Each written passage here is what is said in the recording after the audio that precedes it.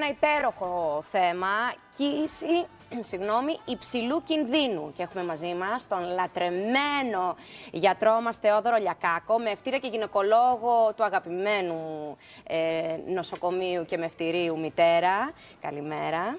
Καλημέρα. Τι κάνετε? Όλα πολύ καλά. Έχουμε ένα πάρα πολύ ωραίο θέμα σήμερα, κοίηση υψηλού κινδύνου. Έχουμε ένα θέμα το οποίο αφορά πάρα πολλές εγγύους. Περίπου 2.000 έγκυες γυναίκες ετησίως στην Ελλάδα αντιμετωπίζουν μια κοίηση υψηλού κινδύνου. Και ωραίο θέμα εννοώ, γιατί είναι ένα θέμα ακριβώς αυτό που λέτε, ότι πολλές γυναίκες περνάνε υψηλό κίνδυνο στις εγκυμοσύνες τις, πρέπει να προσέχουν. Μέχρι και εγώ δηλαδή που δεν είχα υψηλό κίνδυνο στην κοίησή μου, έπρεπε να προσέχω, πολλά έπρεπε. Πολύ περισσότερο λοιπόν όταν έχουμε μια κοίηση υψηλού κινδύνου, όπου οι παράγοντες που τη χαρακτηρίζουν συχνά μπορεί να φέρουν σε κίνδυνο το έμβριο ή την έγκυο, και είναι παράγοντες που δεν είναι σπάνιοι, είναι συνηθισμένοι παράγοντες, όπως για παράδειγμα είναι ο ζαχαρόδης διαβήτης, είναι η υπέρταση, είναι ένας κίνδυνος πρόωρου τοκετού, είναι για το έμβριο η ενδομήτρια υπολοιπόμενη ανάπτυξη, δηλαδή ένα έμβριο που δεν μεγαλώνει όπως θα έπρεπε, είναι όμως η παχυσαρκία, είναι το κάπνισμα και συχνά είναι και η όψιμη ηλικία της εγγύου. Δηλαδή, αυτό ήθελα να πω, δεν είναι και η ηλικία. Είναι σαφώς, γιατί φαίνεται ότι κάποιες φορές, και αν δεν υπάρχει προδιάθεση σε κάποιο παράγοντα όπως αυτή, μπορεί να αναπτυχθεί κατά τη διάρκεια της εγκυμοσύνης συχνότερα σε μια γυναίκα η οποία μπορεί να είναι λίγο μεγαλύτερη ηλικία. Λογικό είναι, γιατί είναι το βιολογικό μας εσωτερικά οργανισμός μας. Και έχει σημασία. Έτσι λοιπόν είναι στο χέρι το δικό μας, στο χέρι των γυναικολόγων που ασχολούνται με την κοίηση υψηλού κινδύνου, να προφυλάξουν την έγκυο, να διαγνώσουν εγκαίρως το πρόβλημα και να παρέμβουν ώστε να μειώσουν τις επιπλοκές και να προσφέρουν ένα καλύτερο περιγεννητικό αποτέλεσμα, δηλαδή ουσιαστικά να βοηθήσουν αυτή τη γυναίκα να πάει καλύτερη εγκυμοσύνη με λιγότερο κίνδυνο, μέσα όμως από τη γνώση και την εμπειρία τους. Είναι κάτι που θέλω να καταπιαστώ από αυτό που λέτε, γιατί συνήθως είναι και το στρες και το άγχος. Και εγώ, επειδή είναι γνωστό, το έχω πει πολλές φορές, ότι έχω περάσει επιλόχιο κατάθλιψη, το πολύ σημαντικό είναι ότι το ξεπέρασα, γιατί πάνω απ' όλα, εκτός ότι ήταν και το οικογενειακό περιβάλλον που με βοήθησε, ήταν και ο ίδιος μου ο γιατρός, που μου το επισήμανε όλη την ώρα, ότι ηρέμησε γιατί το περνάς και θα σου κοπεί το γάλα, μου έλεγε, και ότι δεν θέλουμε να καταφύγουμε σε φαρμακευτική αγωγή. Και είναι κάτι που με ενημέρωνε ο γιατρός. Οπότε είναι πολύ σημαντικό ο γυναικολόγος μας να είναι από πάνω μας, να μας βοηθάει, να είναι ενήμερος και να μας βοηθάει πάνω απ' όλα.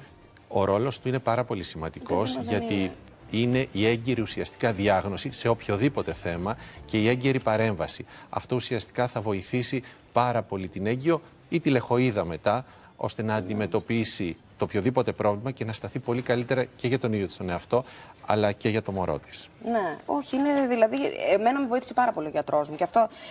Ήθελα να ρωτήσω πώς συντελείται ο τοκετός, δηλαδή υψηλού κινδύνου. Θέλω να πω ότι πώς το αντιμετωπίζουμε βασικά. Καταρχήν να πούμε ότι τα τελευταία χρόνια και ίσως μέσα από τις διαδικασίες υποβοηθούμενης αναπαραγωγής, όπως είναι η εξωσωματική γονιμοποίηση, στην οποία καταφεύγουν αρκετές μητέρες και έχουν τη χαρά μιας κοίησης, έχει αυξηθεί το ποσοστό των κοίησεων υψηλού κινδύνου, γιατί έχει αυξηθεί και ο μέσος όρος ηλικίας των εγγύων. Έτσι λοιπόν τέτοια προβλήματα όπως το ζάχαρο, η υπέρταση, ένα μωρό να μεγαλώνει καλά, ο κίνδυνος πρόωρου τοκετού, που είναι ιδιαίτερα αυξημένο στις πολύδημες, δηλαδή στις δίδυμες κοίησεις, είναι κάτι. Παίρνουν και πολλά φάρμακα οι συγκεκριμένες γυναίκες, έτσι δεν είναι? Παίρνουν πολλά φάρμακα και τα οποία έχουν και αυτά τη σημασία τους. Έτσι λοιπόν ο γιατρός εκεί πρέπει ουσιαστικά να παρέμβει και να προσπαθήσει να μειώσει την πιθανότητα μιας κοίησης υψηλού κινδύνου με την έγκαιρη διάγνωση όσον αφορά για τον τοκετό. Αυτό πρέπει να πω είναι ότι ο τοκετός δεν συνεπάγεται και σαρκή τομή κοίηση υψηλού κινδύνου. Η κοίηση υψηλού κινδύνου έχει μια παθολογία την οποία μπορούμε να διαχειριστούμε όσοι ασχολούμαστε με αυτό το κομμάτι και ξέρουμε αυτό το κομμάτι. Άρα ο στόχος μας είναι όσο δυνατόν να πάμε την εγκυμοσύνη πιο μακριά προς το τέλος της. Έτσι θα αυξήσουμε τις πιθανότητες στη γυναίκα να γεννήσει φυσιολογικά.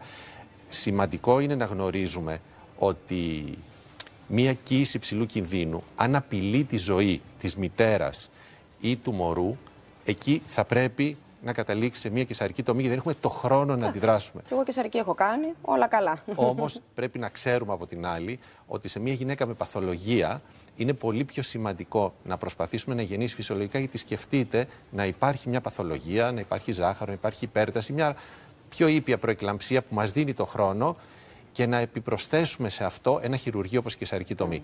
Άρα λοιπόν θα προσπαθήσουμε όσο μπορούμε να γεννήσει φυσιολογικά, διότι δεν συνεπάγεται η καισαρική τομή η κοίηση υψηλού κινδύνου, παρά μόνο όμως όταν απειλείται η υγεία της μητέρας ή του εμβρίου, εκεί θα πρέπει να δώσουμε λύση. Μάλιστα. Και να σας ρωτήσω και κάτι τελευταίο για να κλείσουμε. Πόσο εύκολο είναι να απευθυνθεί μια γυναίκα όταν έχει κοίηση υψηλού κινδύνου σε ένα γιατρό? Κοιτάξτε να δείτε, είναι πάρα πολύ σημαντικό. Είναι πάρα πολύ σημαντικό γιατί ο γιατρός μέσα από τις γνώσεις του και την εμπειρία του, μέσα από όλα αυτά θα μπορέσει να προσφέρει ένα καλύτερο περιγεννητικό αποτέλεσμα στη μητέρα. Άρα λοιπόν θα τη βοηθήσει να αποφύγει την προορότητα, που είναι το κύριο άγχος των γυναικών με κοίηση υψηλού κινδύνου, να δώσει περισσότερες ευκαιρίες να γεννήσει φυσιολογικά. Και το γεγονός των κοίησεων υψηλού κινδύνου, το χαρακτηριστικό είναι όλες δεν τις ξέρουμε από την αρχή. Δηλαδή, όταν έχουμε μια γυναίκα η οποία μπορεί να έχει προϋπάρχον διαβήτη, υπέρταση, να είναι μια δίδυμη κοίηση σε πιο μεγάλη ηλικία, γνωρίζουμε ότι αυτή πιθανώς θα είναι μια κοίηση υψηλού κινδύνου.